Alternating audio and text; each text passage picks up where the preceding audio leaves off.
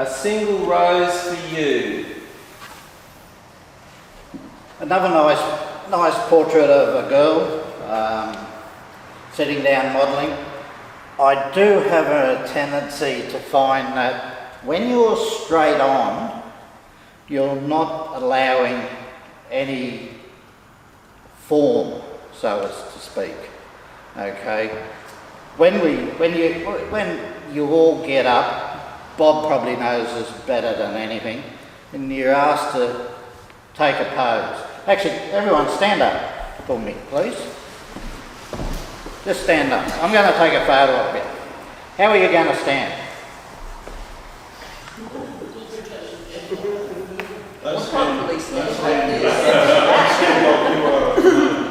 That's right. Don't stand like I am at the moment. You're about the only one that's actually got it right.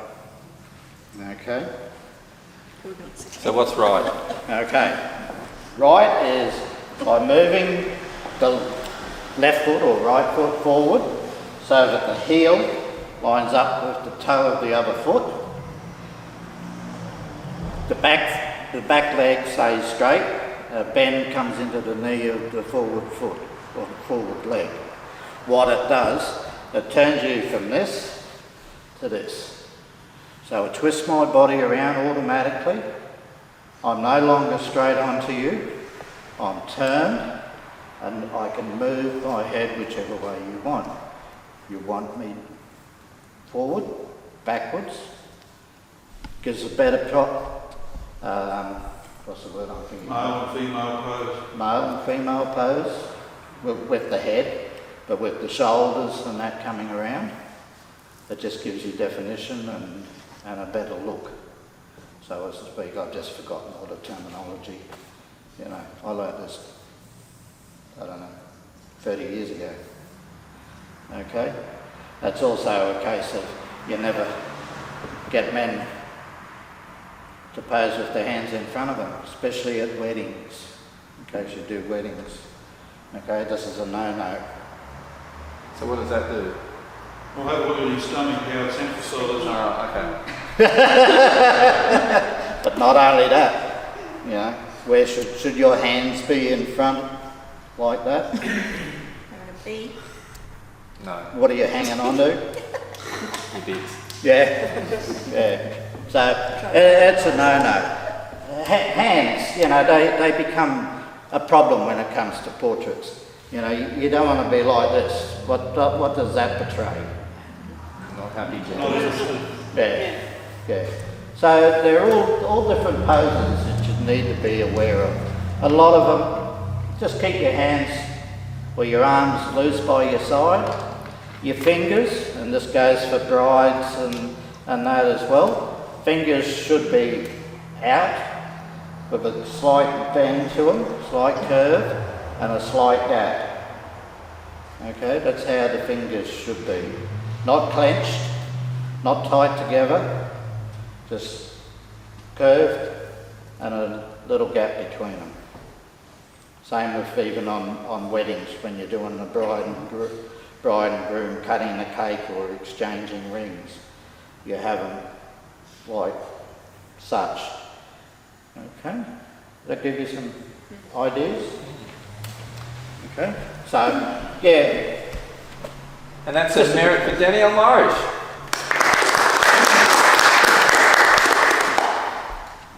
Reluctant hero. Yeah, I thought this was kind of what would I say? Crazy looking, you know, great fun. Think of the future, you know. This is where we've been heading with child photography for a while now. Putting in a fake background, they've been doing that for years, and getting the child to stand in front of it and make funny faces. You know, they're not what I'd call a formal photo, but they're a great record of what the boy was like at that age. Okay, portraying that. So, quite well done. And that's a merit for Sue Wilson, who also has COVID. When will the pain stop? Anyone like to comment on this? It's impactful.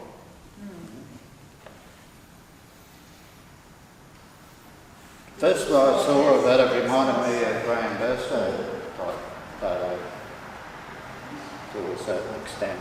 You know, that dark black and white and big shadows and behind it. And, I actually love it. It's an honour for memory, and it's also what I would consider of the prints, the top print of the night.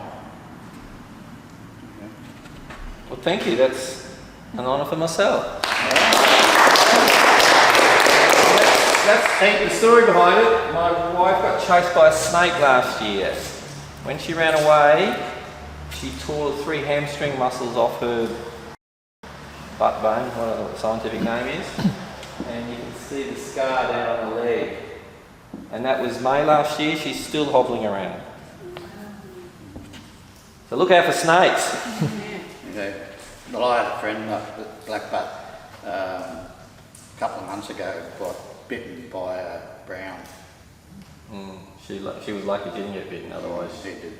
she would never do the photo. So they're out and about. Old timer. Another great portrait. Tells the story. Love the tonal range that's in it, from the lights to the darks. It has everything going for it. And that's an honour for Yvonne Hill.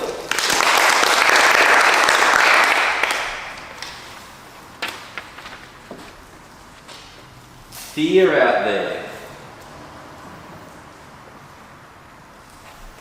Yeah, this is quite well done actually. I've seen these. These have been around for a number of years that people have done these sort of things. This relatively, there's not much wrong with it, but I will just mention I found that this seems to be a crease or something that's in the paper that's become a bit distracting. I want my eyes to be centred on the eyes themselves and not get drawn away. There's just that little bit of wanting to follow that line through. And that's an honour for Rochelle James. Yeah, there's that mark in it when you took it. Yeah, it would have been Ellen. Yeah, It was one of the cut marks. yeah, if you had just dodged it and burned it out and made it black, it would have, wouldn't draw your attention to it. This one's called Shy. Another nice photo, a little girl peeking around from behind the post, telling the story. Love her curly locks. She just stands out. Well done. And that's an honour for Ron Miller, who thinks he has COVID. Hasn't, but thanks. At the window. Another great shot. This is a beautiful portrait. Nice window lighting coming in, still leaving the shadow on the far side. Hands, you can see how the hands are placed, how they're not tied or anything. Yeah, another really nice shot. And that's an honour for Yvonne Hill. We're moving on to the open images. And first up we have Dinglehead Causeway. Yeah, nice lighting and detail all through the rocks in the foreground. It draws your attention with the water running out, a lovely sky. Nicely done. Preening his wing.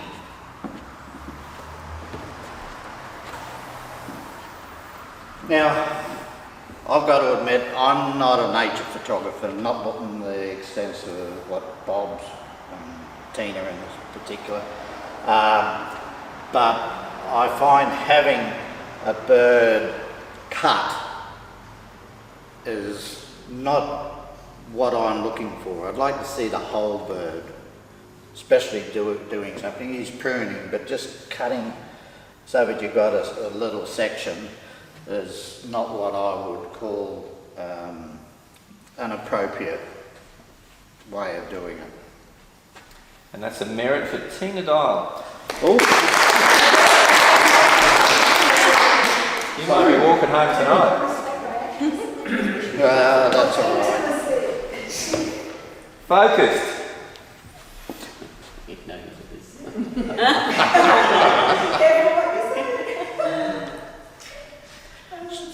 She can't photograph anything but dogs nowadays. It's lucky we've been friends for a long, long time, I tell you. Look, you know, caught at the peak of action. I wouldn't expect anything but the peak of action when Tina takes photos of dogs. I have yet to see anybody else who can photograph dogs as good as what she can. Okay? And that's saying a lot coming from me. I can't even photograph great dog photos of my dogs. One of these days I'll have to get Tina to come out and do it.